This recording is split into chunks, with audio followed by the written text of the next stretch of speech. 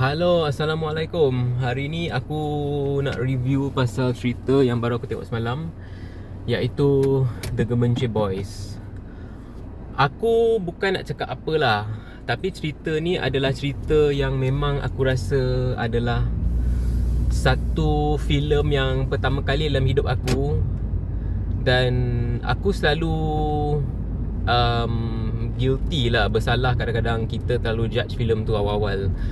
Tapi ni antara filem yang aku rasa dalam tempoh masa yang panjang lah aku tak pernah ada feeling ni, iaitu bila aku keluar daripada wayang, cerita ni telah pergi beyond my expectation, lebih tinggi daripada apa yang aku berbandingkan lah. Bila aku mula-mula nak tengok cerita ni, aku sebenarnya dapat tiket ni free daripada seorang member office. Dan dia pun alasan dia tak free dan cerita yang ditayangkan tu tak best lah. Antara cerita yang tak best tu dia kata adalah cerita-cerita dekat New Central GSC. So tak banyak pilihan. Antara cerita satu lagi, cerita Tamil Leo dengan cerita Gemenche Boys ni, cerita Melayu lah.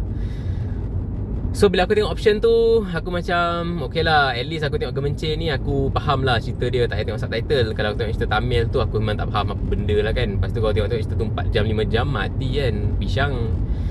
So aku macam okay, Gemenche Boys lah, tiket free lah. Kalau tak best, setengah jam aku belah. Expectation aku memang sangat-sangat low, yang mungkin aku rasa membuatkan cerita ni mendapat review yang baik lah pada aku. Bila aku tengok cerita ni dan bila aku tengok ending dia, aku hampir scene tu mungkin aku sebab juga. Taklah nangis, tapi air mata macam berair sikit lah. Aku jujur lah memang bagi aku cerita ni antara cerita yang sangat best. Antara cerita yang kalau aku kena tengok lagi sekali pun I don't mind. It will be boring lah tengok the second time, tapi aku rasa cerita ni everyone will enjoy to watch. Atau cerita ni aku rasa memang family friendly, memang untuk budak-budak, untuk anyone boleh tengok cerita ni.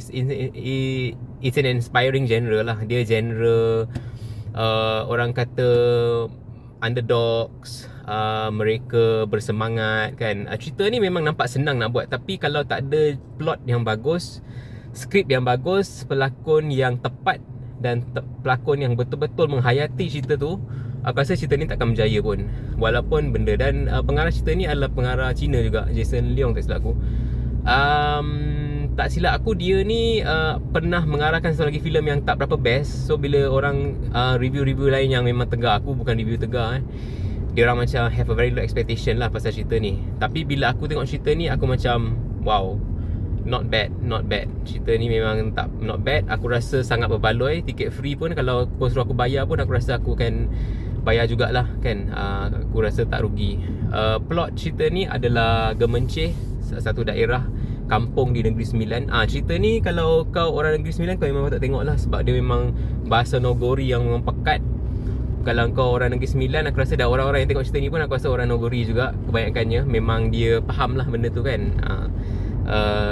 Orang kata it feels more to home lah kan. Nampak macam memang filem lokal ni lah kan. Dia mengisahkan tentang ada budak-budak, kumpulan budak-budak di kampung ni, yang memang diorang ni orang kata ada geng lah, dipanggil 6 Jahanam.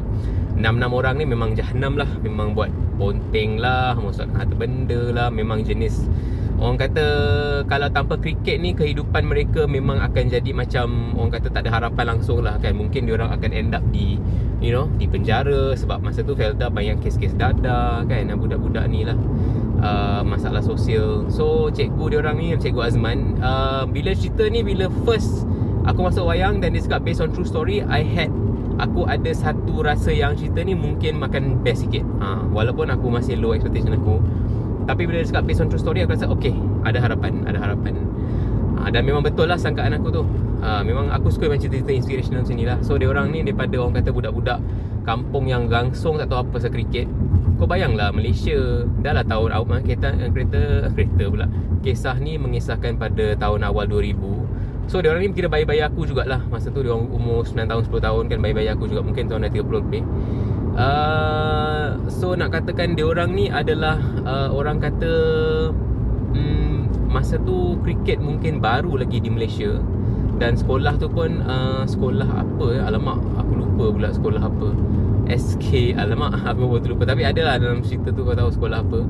Dan sekolah tu macam nak menerapkan pasukan kriket ni lah, nak buat pasukan kriket. So Cikgu Azman ni bertanggungjawab lah untuk lead tim ni. Dan dia masukkan lah tim 6 Jahanam ni kan. Dia sebenarnya bagi aku cerita ni kenapa dia pilih 6 Jahanam ni. Sebab dua antara budak-budak dalam geng 6 Jahanam ni, dia orang akan pergi until top level, until Malaysia punya level. Dia orang masa awal-awal cerita tu, dia orang awal scene adalah merekong pula.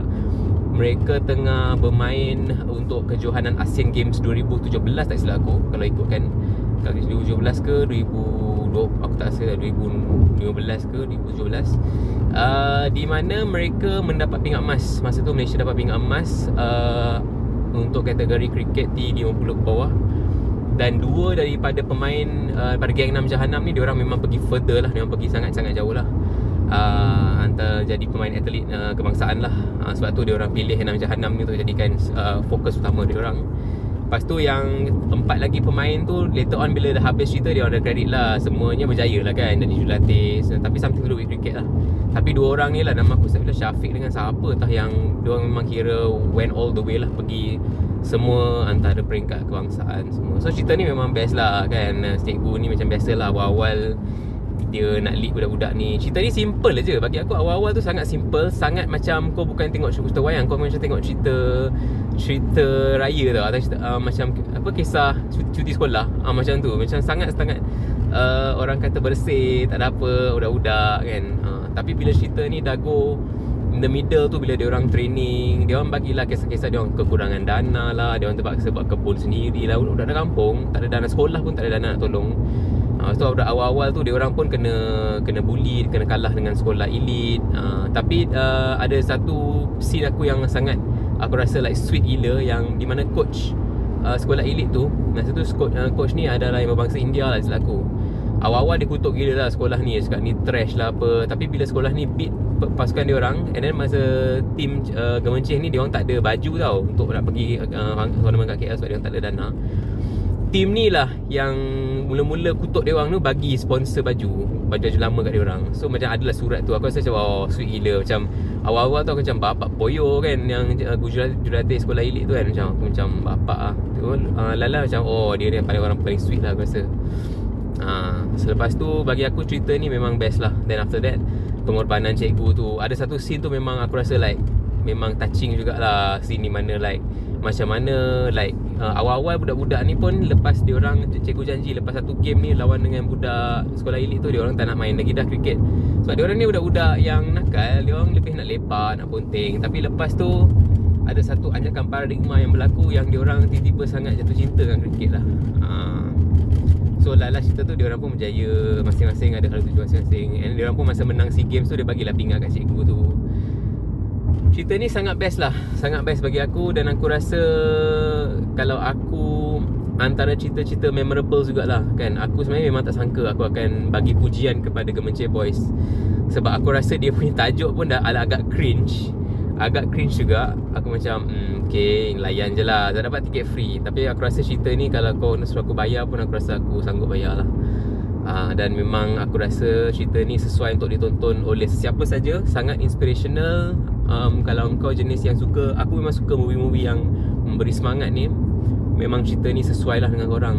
Jarang-jarang sekali cerita lokal ni macam memberi impak macam tu lah. Biasanya cerita lokal ni kebanyakannya sampah, tapi yang ini adalah permata lah bagi aku. Satu permata yang awal-awal nampak macam sampah. Memang betul lah, Gemencih Boys ni memang nampak macam underdog, rupa-rupanya power. Macam juga dia orang kan, siapa tak ada mana ada harapan nak main budak-budak ni, tengok-tengok dia orang boleh menjadi pemain kebangsaan. Dan bukan saja tu, memberi Malaysia pingat emas tunggal di kriket. Aku rasa kriket ni antara sukan yang lagi bawah daripada hoki lah. Aku pun tak reti nak main macam mana kan. Tapi dia orang ni, Cikgu Azman lah, ada lah, bila last kali tu babak tu, dia akan tunjuk lah the real tu. Pelakon dia pun, yang pelakon Pekin, memang aku rasa, aku tak tahu kenapa Pekin macam jadi overweight sangat, tapi memang dia menghayati betul lah. Memang dia nampak macam cikgu betul lah, dengan bentuk badan dia yang macam gempal-gempal tu, dengan dia macam orang Nogori. Memang all the best lah Pekin. Dia orang Kelantan lah sebenarnya Pekin lah. Memang budak-budak tu pun antara aku rasa sangat-sangat berbakat. Walaupun diorang bukan, aku rasa diorang ni bukannya pelakon pun, tapi mungkin casting dia memang best. Aku rasa budak-budak ni ada harapan untuk pergi lagi jauh dalam filem. Dan juga pelakon-pelakon lain lah. I think everyone in this film did a great job lah kan. Semua watak-watak tu memang memberikan yang terbaik. Aku rasa tak ada watak yang kekok pun. Aku rasa yang kekok tu pun mungkin watak jurulatih lah. Watak ni yang referee kat padang, itu je yang kekok. Yang lain semua aku rasa memberi impak yang sangat-sangat bermakna lah cerita ni. So aku rasa aku memang sangat-sangat recommend korang tengok cerita ni. Laga Menceh Boys memang best. Dan cuma itulah, banyak dekat Malaysia ni sejarah-sejarah macam ni yang tak diceritakan. So filem-filem macam ni lah yang akan menolong kita untuk